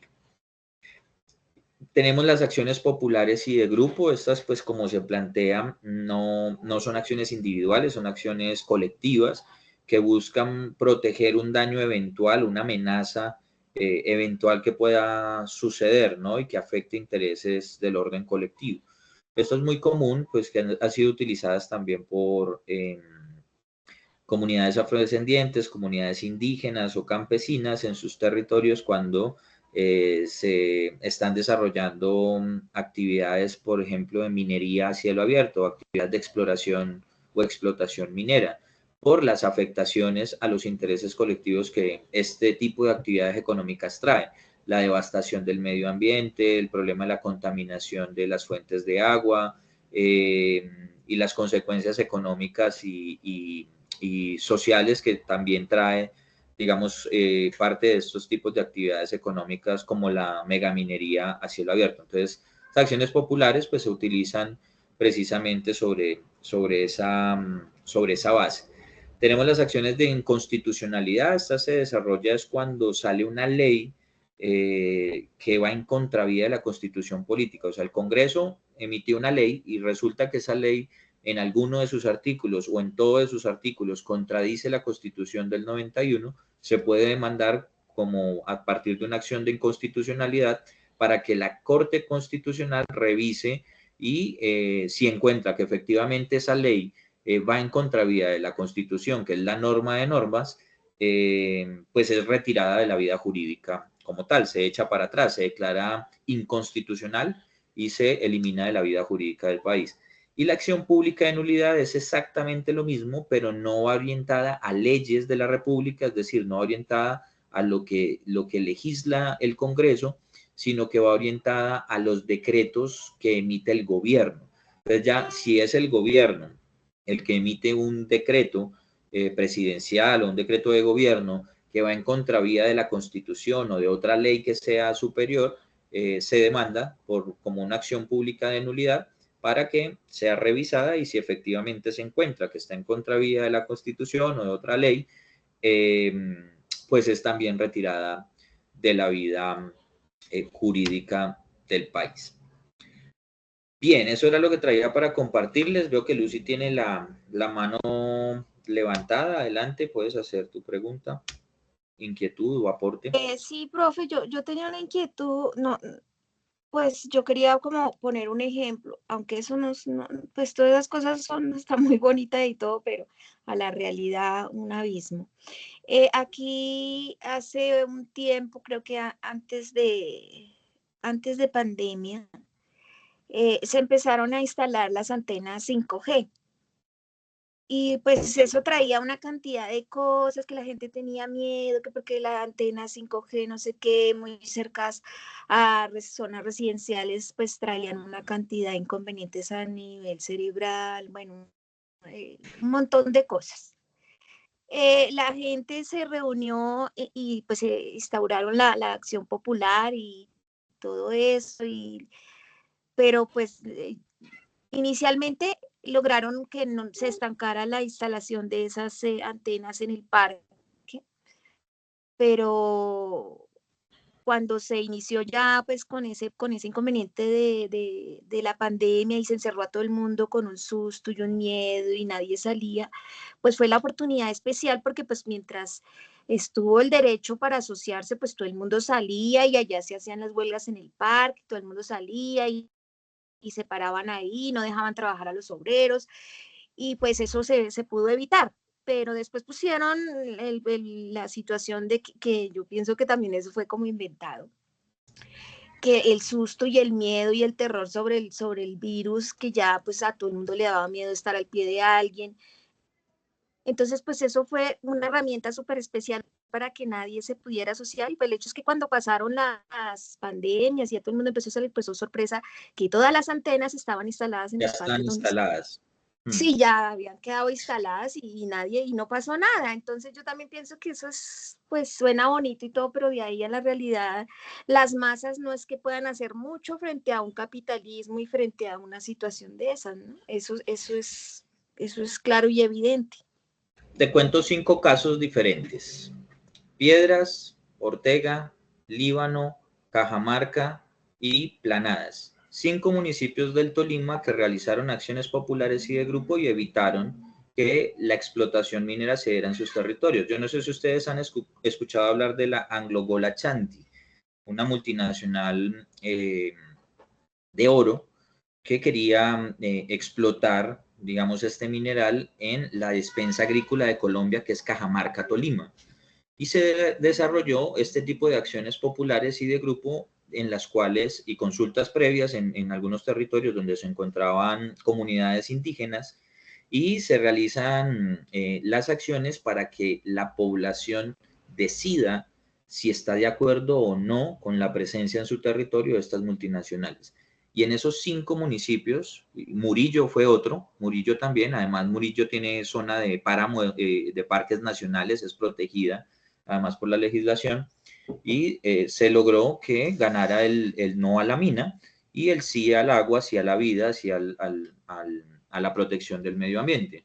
Entonces, estás hablando de un caso, digamos, muy particular en el que efectivamente se aprovechó el miedo, digamos, que existía con el tema de la pandemia y cogieron a la comunidad encerrada, ¿sí? Confinada y no tuvo la posibilidad de poder como tal desarrollar la iniciativa como hubiesen podido desarrollarla si se encontraban, o sea, si las condiciones hubiesen sido diferentes, ¿no? Si no hubiese tenido pandemia, eso estoy seguro que era muy probable que hubiesen con los grados de organización necesarios, poder echado para atrás la implementación de esas antenas. ¿Cuál es la dificultad que hay incluso con esos temas de las antenas y demás? Claro, hay unas afectaciones que hay a la salud, la radiación, hay algunos estudios que demuestran eso, pero también hace parte de unos aspectos del avance tecnológico de los países. Entonces, de alguna manera también utilizan como excusa este tema del avance tecnológico y la necesidad del desarrollo de los medios de comunicación y estos asuntos para ubicar pues precisamente como un criterio de interés general, de interés público y de interés de la nación, este tipo de actividades económicas que en realidad van a beneficiar a unos privados, porque no es que la red 5G sea una red del Estado, es una red de Movistar, es una red de Claro, es una red de Tigo, ¿cierto? Es una red de una multinacional de las telecomunicaciones, pero nos venden, ¿cierto? En acuerdo con autoridades también del Estado, como una necesidad pública, y sobre esa base también intentan o logran imponer en muchas ocasiones pues este tipo de aspectos que vulneran los derechos de las comunidades y demás. Pero te dije 4, 5 o 6 ejemplos de municipios que sí lo hicieron y lo lograron. O sea, depende de muchas cosas, o sea, hay muchas variables y muchos factores.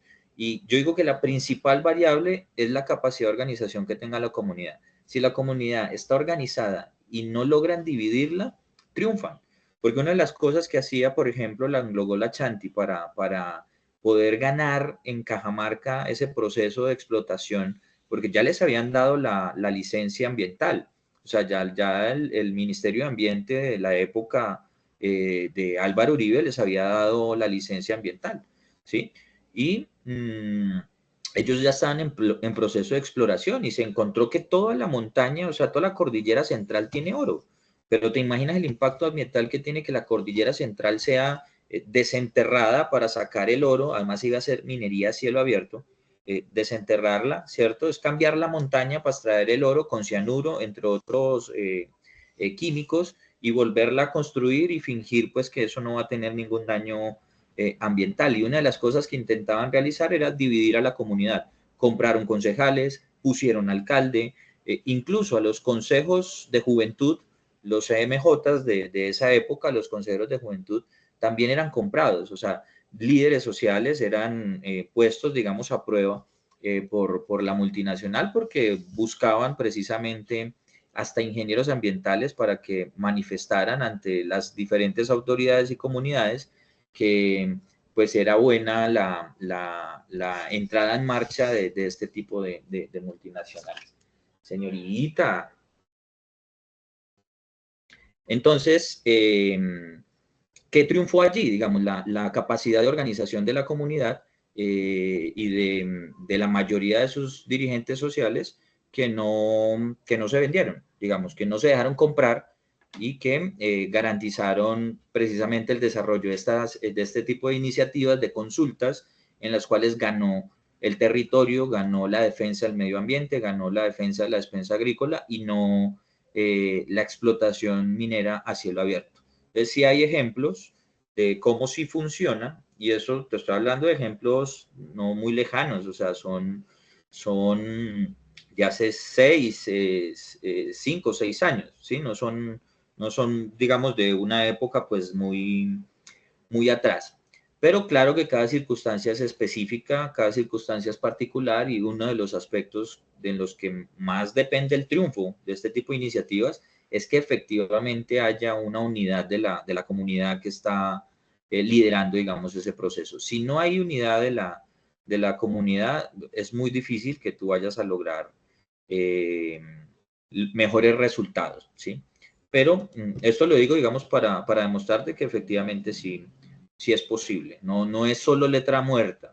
Sí hay muchos aspectos de la Constitución que sí parecen ser letra muerta, que en efecto no se cumplen, y parte de esta competencia es también identificar esas cosas para entender que es necesario actuar para cambiar esas realidades, no para resignarnos a asumir que las cosas no pueden cambiar, sino todo lo contrario. Listo. Muchas gracias por el comentario, Luzmeri. No sé si hay alguna otra aporte, duda, inquietud, lo pueden ir haciendo mientras yo voy buscando la guía para compartírselas y revisamos las evidencias de esta semana, ¿vale?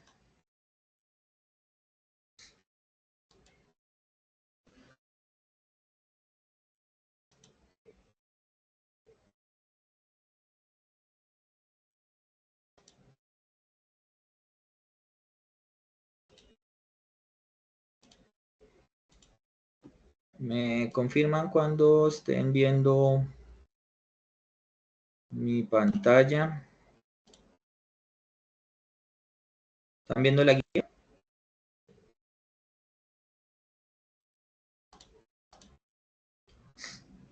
Sí, señor.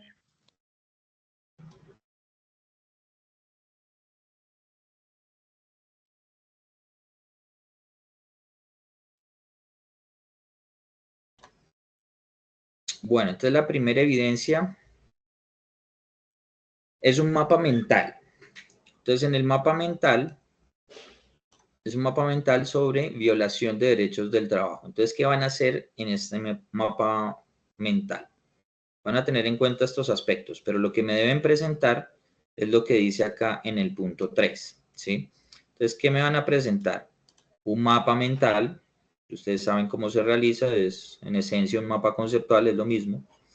Y en ese mapa mental o conceptual van a decir cuáles son las acciones que desde la Organización Internacional del Trabajo, desde la Comisión Interamericana de Derechos Humanos y desde la Constitución Política de Colombia se pueden realizar cuando se presente una violación de derechos del trabajo. O sea, supongamos que hay una situación, hay un episodio de violación de derechos en el trabajo, ¿sí? Ustedes pueden explicar esto en el mapa mental, ¿no?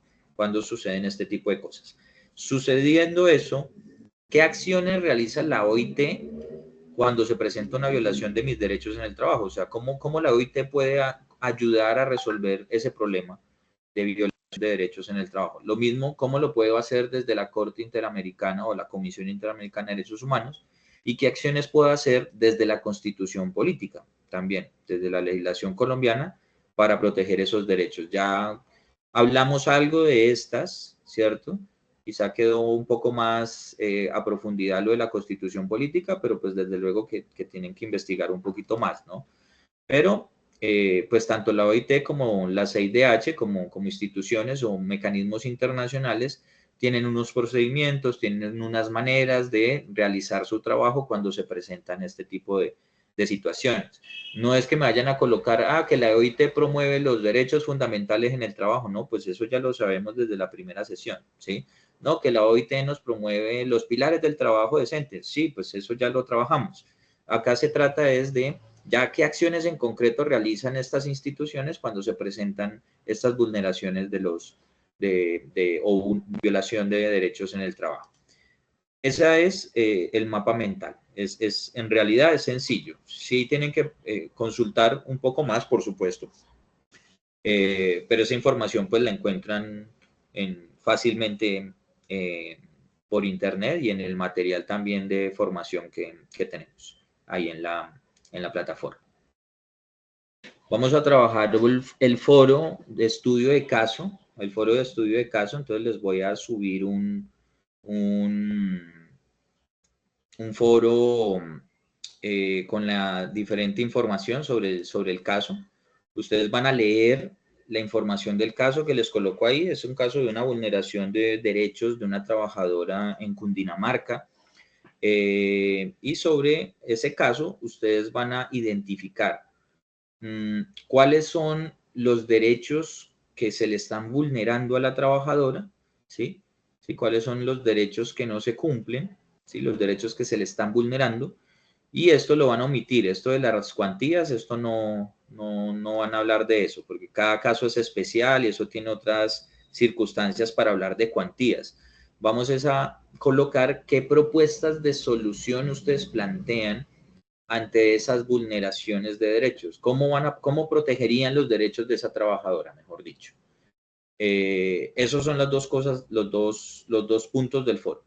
Leen la información, yo les voy a entregar un link, o sea, yo voy a crear el debate. En ese debate les doy las instrucciones, les coloco un enlace donde encuentran la información del caso.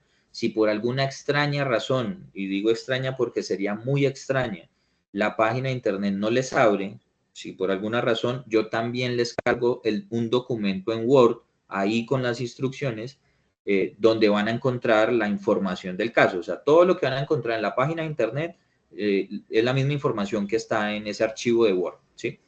Entonces, si vienes que, profe, que no me abrió el link, pues descargue el archivo de Word, que ahí está toda la información. O sea, para que no haya, digamos, excusa en caso de que falle uno, pues ahí está el otro y ahí tienen el acceso a la información. ¿Listo? Y contestan esas dos cosas, ¿sí? Leen el caso, contestan cuáles son los derechos que le vulneraron a la trabajadora y hacen propuestas de defensa de esos derechos o de solución de esas situaciones. Son solo esos dos aspectos en el foro, es sencillo. Van a hacer un cuadro comparativo sobre el derecho de petición y la acción de tutela. Van a comparar varios criterios. Ya hoy les di algunos criterios para que puedan comparar ambos mecanismos, ¿no? Ya hoy hablamos del derecho de petición, hablamos de la acción de tutela. Mencioné algunas cosas. Estos dos mecanismos tienen más características, entonces investiguen qué otras características tienen y las comparan, ¿sí?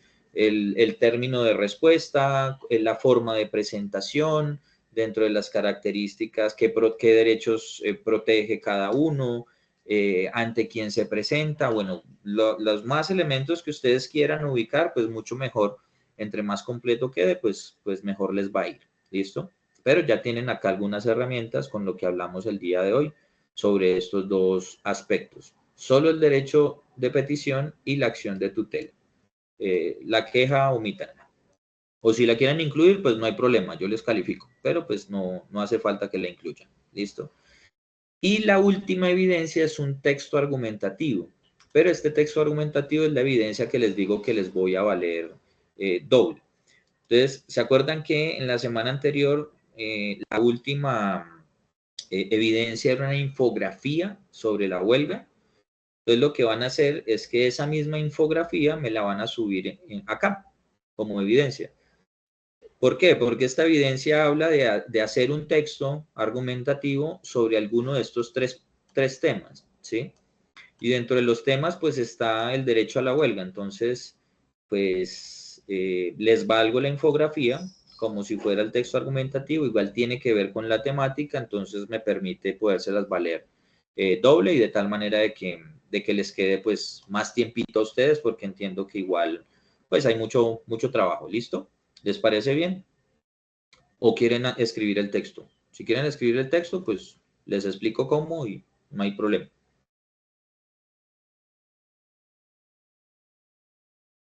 No, Instro, ahí está muy bien.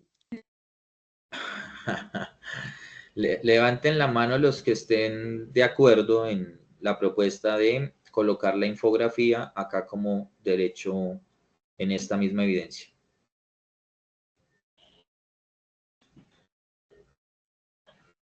Bueno, van 5 de...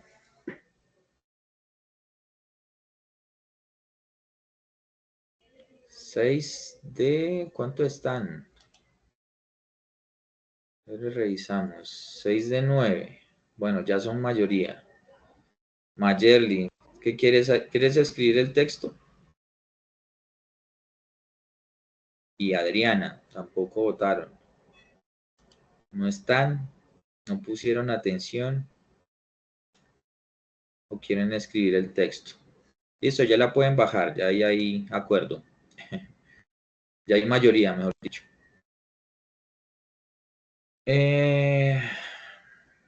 Listo, ¿no? Eso sería. No sé si tengan alguna duda sobre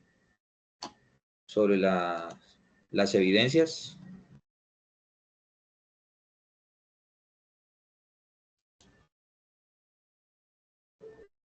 Bueno, si no, entonces, pues les agradezco mucho su participación del día de hoy.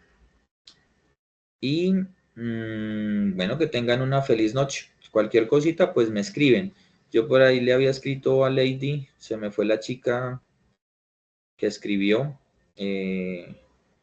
Lady, pues revisa tu chat, no tiene que ser ahora, mañana.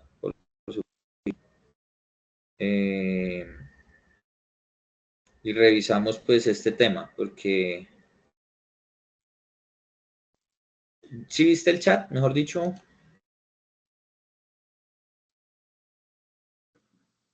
Profe, sí, perdón, no había mirado acá este chat, pero ellas sí me pasaron ese grupo y yo se lo pasé a usted. Sí, ellas El están de ahí. Jennifer Alexandra Valencia, eso, sí. Pero yo no lo tengo. Ay, no, cosa tan rara, no, yo se lo pasé. Ellas fueron una de las primeras que me pasaron el grupo y yo se lo mandé a usted. Voy a revisar de todas maneras, pero yo sé que sí. Me vuelve a salir. Porfa, Jennifer Alexandra Valencia vas. Sí, acá lo tengo. Ya lo vi, Gina. Ajá, sí, ya. Gina Paola, Natalia. me cambiaron los nombres, ¿no? Natalia Castaño, Jenny Párez y Gina Viveros. Jenny, Gina, Natalia, Alexandra. No, ahí están todas, esas son las 4. 1, 2, 3, 4. Sí, las 4. Jennifer, Alexandra, Natalia y Jenny. Y Gina. Sí, dale. Sí, ya, sí lo tengo. Tranquis. Solo quería confirmar eso. Listo, feliz noche, profe. Dale, gracias Lady, gracias a las demás. Feliz noche, que descansen. Muchas gracias, profe. Con gusto.